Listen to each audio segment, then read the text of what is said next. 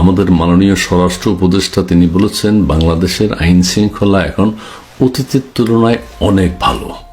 আরেকটা সুসংবাদ হচ্ছে, আপনারা সবাই জানেন বাংলাদেশে $29 মিলিয়ন রেমিটেন্স এসছে। আরেকটা বিষয় হচ্ছে আমাদের ওয়াকার ইউনুস যেভাবে এখন রাষ্ট্র পরিচালনা করছেন এটা নাকি পৃথিবীর ইতিহাসে বিরল। কাজেই এই তিনটা বিষয় আমার মাথায় ঢুকে না, এগুলোর ব্যাখ্যা কি হইব। তো আমি কাশেম চাচার শরণাপন্ন হইলাম। কাশেম চাচারে জিগাইলাম, আচ্ছা চাচা, এই যে আমাদের মাননীয় স্বরাষ্ট্র উপদেষ্টা গভীর রাতে এত কষ্ট স্বীকার করে নিজের আরামকে হারাম করে তিনি দেশের মানুষের কথা ভেবে প্রেস কনফারেন্স করেছেন রাত 3টায়, বিষয়টারে তুমি কিভাবে দেখো? চাচা কইল যে হ্যাঁ, এটা একটা ঘটনা রে বাতিজা, 3টার সময় এটা একটা সারা পৃথিবীতে আলোচিত, কারণ বিশ্বের কোথাও আর এই ধরনের ঘটনা ঘটে নাই। তিনি তো যাইছেন ওই যে দেশবাসী ব্যাকের হাতে জায়গায় রাখছিল, কারণ স্বরাষ্ট্র উপদেষ্টা কি কয় কোন দেশের সাথে আমাদের যুদ্ধ লাগবো, কারণ নাইলে রাত 3টার সময় প্রেস কনফারেন্স করার কথা না। দেশবাসী ব্যাগ আতঙ্কে জিনিসপত্র গুছাইয়া জায়গা ছিল যে কি ঘোষণা আসে। তারপর আমি চাচারা জিজ্ঞেস করলাম, চাচা কি ঘোষণা আসছিল? চাচা কইল যে ছেলে মেয়েরা ওনার পদত্যাগ চাইছে, যুদ্ধ না হইলে অন্তত উনি পদত্যাগ করবেন দেশের মানুষ ভাবছিল। পরে ব্যাগে হতাশ হয়ে গেছে, উনি পদত্যাগও করে নাই, কোনো দেশের সাথে যুদ্ধও নাই, না আমেরিকা না ইন্ডিয়া না পাকিস্তান। উনি কি হইল, আওয়ামী লীগের বিরুদ্ধে যুদ্ধ ঘোষণা করছে। আমি কইলাম চাচা আওয়ামী লীগের বিরুদ্ধে যুদ্ধ, আচ্ছা ঠিক আছে, তো এই রাত 3টার সময় উনি প্রেস কনফারেন্স করলে কি কারণে করছে? চাচা কইলে যে চোর ডাকাত হাইজাকার যেগুলো আছে এগুলো তো দিনে ঘুমায়, রাতে জায়গা থাকে, রাতে চুরি করে ডাকাতি করে হাইজাকিং করে, এগুলো শুনে বেলায় উনি রাত 3টার সময় প্রেস কনফারেন্স করছে। আমি কইলাম চাচা দেশের মানুষের এত কষ্ট না দিয়া উনি কি পরের দিন সকালবেলায় প্রেস কনফারেন্স করতে পারতেন না? চাচা হাইতো উনি একটা ঘটনা ঘটাইছে আর কি, উনি একটা ঘটনা ঘটাইছে যে এটা একটা দৃষ্টান্তই থাকবে, হ্যাঁ বুঝুস না? আমি চাচারা কইলাম, আচ্ছা চাচা কানে কানে তোমার একটা কথা কই, সেটা হইল কেউ বলে যে আমাদের এই স্বরাষ্ট্র উপদেষ্টা উনি কেমন যেন, উনি নাকি আনসার বাহিনীর সর্দার ছিলেন।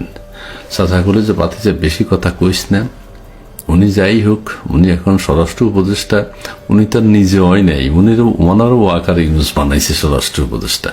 আমি কইলাম চাচা ওয়াকার ইউনুস কি? বুঝলাম না। ওয়াকার ইউনুস তো পাকিস্তানের ক্রিকেটার, ওয়াকার ইউনুস ভালো বল করতো।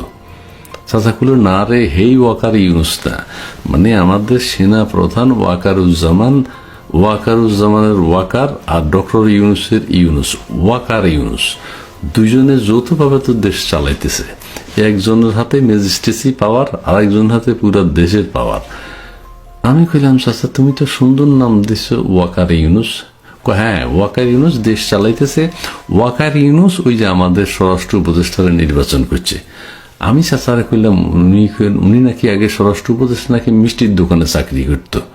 চাচা করে যে হ্যাঁ করতো, উনি আনসার বাহিনীর সর্দারও এরকম অনেকে বলে চাকরি বাকরি চাইলে উপদেষ্টা বানাই দিছে, ওনার দোষ কি? আমি তো কইলাম চাচা ওনার কোনো দোষ নাই। যাই হোক উনি প্রেস কনফারেন্স করছে, দেশে এত শান্তি, দেশের মানুষকে জানাইছে আইন শৃঙ্খলা পরিস্থিতির উন্নতি, এটা উনি বলছে। আমার চাচা কইল যে হ্যাঁ দেশের মানুষ এখন মহাশান্তিতে আছে, মহাসুখে আছে, তবে কোথাও কোথাও মারামারি ওইটা সেটা হয়, বহু লোক নাকি মারা গেছে, কাটা গেছে, মেরে ফেলছে, গলা কাটা ফেলায়, মাথা ফাটাই দেয়। আমি চাচারে কইলাম চাচা দেশে 16-17 কোটি 18 কোটি লোক, আচ্ছা 2-4 কোটি মারা গেলে কি হইব? চাচা হ্যাঁ মাইরা ফালাইব, মাইরা আমাদের ওয়াকার ইউনুস 2-4 কোটি মাইরা ওনারা ওই করব, একটা পরিবার গঠন করে ওনারা রাষ্ট্র পরিচালনা করব।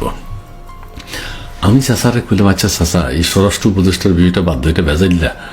আচ্ছা ওই যে $29 মিলিয়ন যে রেমিটেন্স আসছে, এটা কারা নিয়ে আসছে? এরা কি কোনো পুরস্কার পাইবনি? এবারে জাতীয় পুরস্কার দিব? সাজা কলেজে বাতি যে এটা খুব মূল্যবান কথা কইছিস তুই। ওই $29 মিলিয়ন বাংলাদেশে একসাথে কোনোদিন আইয়ে না, এটা একটা ঘটনা ঘুরছে বাংলাদেশে। 29 মিলিয়ন যারা আনছে এগুলার তো অবশ্যই জাতীয় পুরস্কার দিতেই হবে রেমিটেন্স আনার জন্য। আমি চাচারে কইলাম কারো নাম টাম শুনি চাচা? চাচা কইল যে হ্যাঁ কিছু কিছু নাম শোনা যাইতেছে, ওই যে আমাদের নির্বাচন কমিশন সংস্কার কমিশনের চেয়ারম্যান যিনি বদিউল আলম মজুমদার, উনি আছে, আর ওই যে শিল্প উপদেষ্টা আদিলুর রহমান অধিকারের উনি আছে, আর ঢাকা বিশ্ববিদ্যালয় রাষ্ট্রবিজ্ঞান বিভাগের একজন অধ্যাপক আছে। আর একটা কথা কইলে ভাবছে তুই খুব খুশি হইবি। আমি কইলাম কি চাচা তুমি কও না, কার নাম কইবা, কি কথা? চাচা কইল যে আরো আছে, তুই খুশি হবি কোনটা? সেটা হইলে আমাদের যে বেলা আছে না, আমাদের পরিবেশ উপদেষ্টা, অত্যন্ত আকর্ষণীয় ও পরিবেশ উপদেষ্টাও এই রেমিটেন্স আনার পিছনে আছে। আমি কইলাম চাচা তাহলে তো খুব ভালো কাজ করছে, ওনারা আগামীতে যদি আরো রেমিটেন্স আনে, ওনাদেরকে তো রেমিটেন্স আনার জন্য জাতীয় ট্রফি দেওয়া দরকার। চাচা কইল যে হ্যাঁ, জাতীয় ট্রফি তো অবশ্যই তারা পাওয়ার যোগ্য। এখন রাষ্ট্র না, দেশের জনগণ চিন্তা করব ওনাদেরকে জাতীয় ট্রফি দেওয়া যায় কিনা। আমি চাচাকে বললাম, চাচা এই চমৎকার উদ্যোগ বদিউল আলম মজুমদার, আদিলুর রহমান, বেলা, আমাদের সৈয়দ রিজওয়ান হাসান, ঢাকা ইউনিভার্সিটির প্রফেসর, ওনারা তো অনেক টাকা আনছে। আবার চাচা কেউ নাকি কয় ওনারা নিজেদের পকেটও ভারী হয়েছে। চাচা কইল যে টাকাগুলো তো তারা অবৈধ কাজে খরচ করছে, আর ওই সরকার পরিবর্তন করছে, নানান ষড়যন্ত্র করছে দেশের বিরুদ্ধে। এখন নিজেদের পকেটে ওনারা ভারী করছে, ডোনাল্ড ট্রাম্প কইছে, হ্যাঁ এরা নাকি বড় লোক হয়ে গেছে। আমি কইলাম চাচা যাক, তবু 2-4 পয়সা তুমি পাইছো নি? চাচা গেল দূর বাতি যা, কি কস এই ডলার মালার দিয়ে আমি কি করব?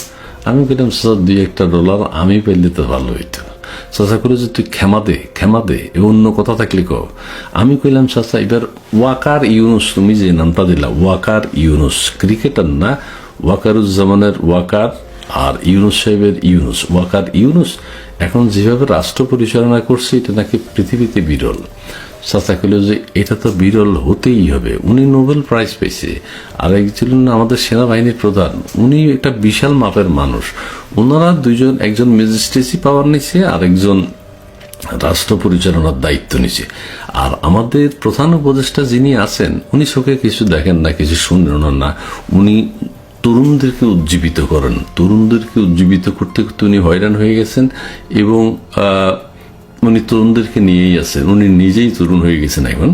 আর আমাদের যে ওয়াকারুজ্জামান সাহেব আছেন, উনি ম্যাজিস্ট্রেসি পাওয়ার কি আসলে ঠিক এটা বুঝেন না। উনি ওই চোর ডাকায় হাইজাকার এগুলো নাকি এখন আর চোখে দেখেন না।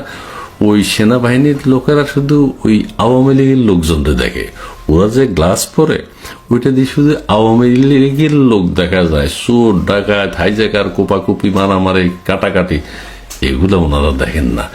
আমি বললাম চাচা তো না দেখলে তো বিপদ। চাচা বলে বিপদ হইলে বিপদ, কিছু করার নাই। আমি কইলাম চাচা ওই যে আমাদের যে প্রধান উপদেষ্টার একজন প্রেস সচিব আছেন, ওনারা তোমার কাছে কেমন মনে হয়? শফিকুল আলম। চাচা কইল যে চমৎকার মানুষ। উনি বলেছেন যে কইছেন ওই যে দেশের মিডিয়া এখন নাকি স্বাধীনতার পরে এত স্বাধীনতা তারা আর পায়নি, মানে 71-এর পরে মিডিয়া এত স্বাধীন আর কখনো হয়নি। উনি যখনই সরকারের কাজকর্মের জন্য নাম্বার দেন, উনি 100-র মধ্যে 200 নাম্বার দিয়ে দেন। ওনার কাছে কোনো সমস্যাই সমাধান। তো মানুষ যে এত আনন্দের খবর শফিক সাহেবের কাছে শুনে, মানুষ এখন ওনার কথাই শুনতে চায়। উনি কখন কোথায় কি বলছেন, উনি ডেভেলপমেন্ট মানুষকে চোখে আঙ্গুল দিয়ে দেখাইতেছেন। সারা দেশে বিনিয়োগ হচ্ছে, বিদেশি বিনিয়োগ আসছে, দেশের মানুষ বিনিয়োগ করছে। এগুলা শফিক সাহেব যখনই ক্যামেরার সামনে আসেন তখন মানুষ মুগ্ধ হইয়া নাকি এসব কথা শুনে। কাজেই এখন আমাদের দেশে যে স্বরাষ্ট্র উপদেষ্টার আইন শৃঙ্খলা পরিস্থিতির উন্নতি, আমাদের ওয়াকার ইউনুসের যে রাষ্ট্র পরিচালনা, আমাদের শফিক সাহেবের যে মিডিয়ার স্বাধীনতা, এই সব মিলিয়ে দেশের মানুষ এখন মহা আনন্দে আছে।